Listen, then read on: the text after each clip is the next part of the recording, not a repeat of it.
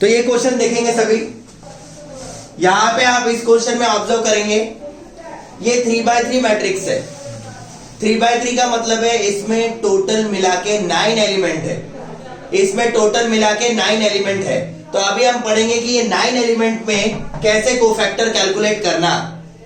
तो सबसे पहले लेट इसे एज्यूम करेंगे आप ए मैट्रिक्स, जो कि है 1 -1 2 -2 3 5 -2 0 -1।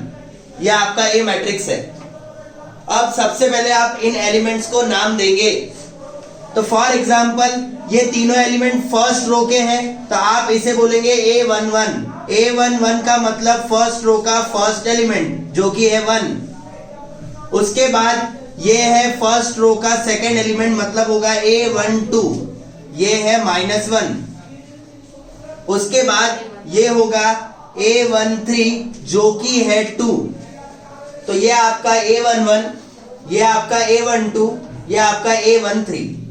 उसके बाद आप सेकेंड रो के बारे में बताएंगे। तो ये सेकेंड रो के तीनों एलिमेंट है, तो आप इसको बोलोगे A21 -2 दिया है, A22 3 दिया है, A23 5 दिया है। ये आपका A11 A12 A13, A21 A22 A23। उसके बाद A31 -2। उसके बाद A32 हाँ क्या दिया है A32 आपको 0 दिया है। A32 आपको दिया है 0, में यहां लिख देता हूं नीचे थोड़ा। A32 आपको 0 दिया हुआ है। और बाद में A33 ये आपको दिया है -1। A11 A12 A13 A21 A22 A23 A31 A32 A33। अब आप निकालने वाले हो इन सबके माइनर्स। आप निकालने वाले हो इन सबके क्या माइनर्स। अब इसके माइनर्स निकाल के दे रहा हूं, तो समझ लेंगे सभी अच्छे से इसके माइनर्स कैसे निकालते हैं। इसका माइनर होता है M11, इसका माइनर होता है M12, इसका माइनर होता है M13, इसका माइनर होता है M21, इस एलिमेंट का माइनर होता है M22, इस एलिमेंट का माइनर होता है M23, इस एलिमेंट का माइनर होता है M31, इस एलिमेंट का माइनर होता है M32, इस एलिमेंट का माइनर होता है M33। अब ये माइनर कैसे निकालना। सपोज करो आपको 1 का माइनर निकालना है, तो 1 जिस रो में है और जिस कॉलम में है उसको हाइड करिए, छिपाइए। तो फॉर एग्जाम्पल ये 1 है, 1 को छिपाइए। 1 जिस रो में है जिस कॉलम में है छिपाइए। तो 1 जिस रो में है जिस कॉलम में, उसको यदि छिपाते हैं तो क्या बच रहा है 3 5 0 -1। तो 1 को हाइड करने के बाद जो बच रहा है उसका निकालेंगे आप डिटर्मिनेंट, मतलब आप निकालेंगे डिटर्मिनेंट 3 5 0 -1 का। सेम आपको यदि -1 का माइनर निकालना है तो -1 जिस रो में है और जिस कॉलम में है उसको हाइड कीजिए। तो ये देखिए -1 ये फर्स्ट रो में है और सेकंड कॉलम में है। इसको हाइड करने के बाद क्या दिख रहा है आपको -2 5 -2 -1। तो ये लिखेंगे आप यहाँ पे -2 5 -2 -1। देन नेक्स्ट आपको किसका माइनर निकालना है 2 का। तो आप 2 को हाइड करेंगे। अब देखेंगे 2 यहां पर है। 2 को हाइड करने के बाद क्या बच रहा है -2 3 -2 0। तो आप लिखेंगे यहाँ -2 3 -2 0। उसके बाद आप किसका माइनर निकालिए -2 का। चलो -2 का माइनर निकालिए। अब मुझे बताइए -2 का माइनर मतलब ये -2 निकालना है। ये -2 जिस कॉलम में है जिस रो में है उसको हाइड कीजिए आप। क्या बच रहा है -1 2 0 -1। आप लिखेंगे यहाँ -1 2 0 -1। उसके बाद आप 3 का माइनर निकालिए। 3 को हाइड कीजिए आप। तो 3 को हाइड करेंगे आप, तो ये 3 इस रो में और इस कॉलम में, तो क्या बच रहा है 1 2 -2 -1 1 2 -2 -1। उसके बाद आप किसका माइनर निकालेंगे आप 5 को हाइड करोगे। चलो 5 को छिपाइए सॉरी। तो 5 को छिपाएंगे तो 5 इस कॉलम में और इस रो में है। क्या बच रहा है 1 माइनस 1 माइनस 2 0। आप यहाँ लिखेंगे 1 minus 1 minus 2 0। Is it clear? उसके बाद किसका माइनर निकालना है आपको? तो आप अभी -2 को हाइड करेंगे। मुझे बताइए -2 को हाइड करने के बाद क्या बचेगा? आप जब -2 ये वाला -2 हाइड करेंगे तो यहाँ क्या आएगा? -1 2 3 5। यहाँ लिखेंगे -1 2 3 5। उसके बाद आपको M32 निकालना है। टेल मी, M32 निकालेंगे तो आप कैसे निकालेंगे? मैं यहाँ पे इसको थोड़ा सा इधर लिख देता हूँ क्योंकि वहां जगह चाहिए। A320 है, ओके, यहां लिख देता हूं, अदरवाइज A320 है, A33 -1 है, क्योंकि हमारा पूरा प्रॉब्लम एक ही इसमें होना चाहिए। तो आप बताइए, इसका माइनर निकालेंगे तो M32 आएगा। मुझे बताइए, 0 को हाइड कीजिए। आप 0 को हाइड करोगे तो 0 इस रो में है और इस कॉलम में है, तो क्या आएगा बताइए? 1 2 2 -2 5। यह आएगा 1 2 -2 5। किसको हाइड करने के बाद? 0। अब किसको हाइड करिए लास्ट में? -1 का माइनर निकालने के लिए -1 को हाइड कीजिए तो क्या आएगा? 1 -1 -2 3। क्या आएगा ये? M33। बराबर है। अब आप इसको सॉल्व करिए जो आपने 10th क्लास में क्रैमर्स रूल के लिए डिटरमिनेंट सॉल्व किया था। सेम मेथड से आप इसको सॉल्व करेंगे। तो करेंगे इसको सॉल्व, तो यहां आएगा -3। 3 इंटू -1 इज, बीच में क्या लगता है? 0 into 5 is, so your final answer is, यहां पर -2 इंटू -1 इज +2, बीच में क्या लगता है? -2 into 5 is -10, so this is minus into minus, 10 + 2 is 12। यहां पर -2 इंटू 0 इज 0, बीच में क्या लगता है? -2 इंटू 3 इज -6, मतलब आएगा 0 + 6। उसके बाद -1 इंटू -1 इज 1, बीच में क्या लगता है? -0 इंटू 2 इज 0, मतलब 1।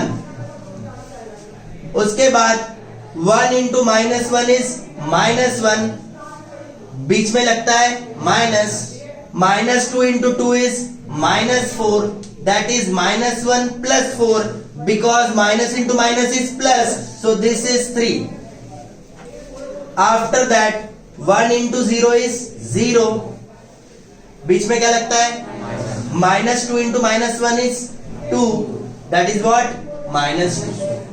Last -1 into 5 is -5, बीच में क्या लगता है? -3 2s are 6, this is -11. यहां पर 5 1s are 5, बीच में क्या लगता है?